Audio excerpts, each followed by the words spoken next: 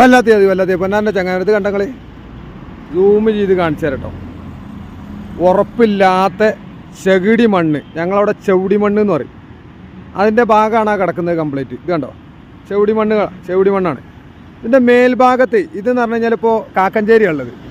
ഈ കാക്കഞ്ചേരി ഉള്ള ഭാഗങ്ങളിൽ ഈ പിന്നെ സർവീസ് റോഡിനെ ചാരിയാണ്ട് ഈ കടകൾക്കൊക്കെ ഭീഷണിയാണ് സത്യത്തിൽ ഈ സർവീസ് റോഡ് തന്നെ. സർവീസ് റോഡ് ഭീഷണി എന്നല്ല, കാരണം വളരെ എന്താ പറയുക നിരുത്തരപരമായിട്ടാണ് ഇത് കൈകാര്യം ചെയ്തിട്ടുള്ളത്.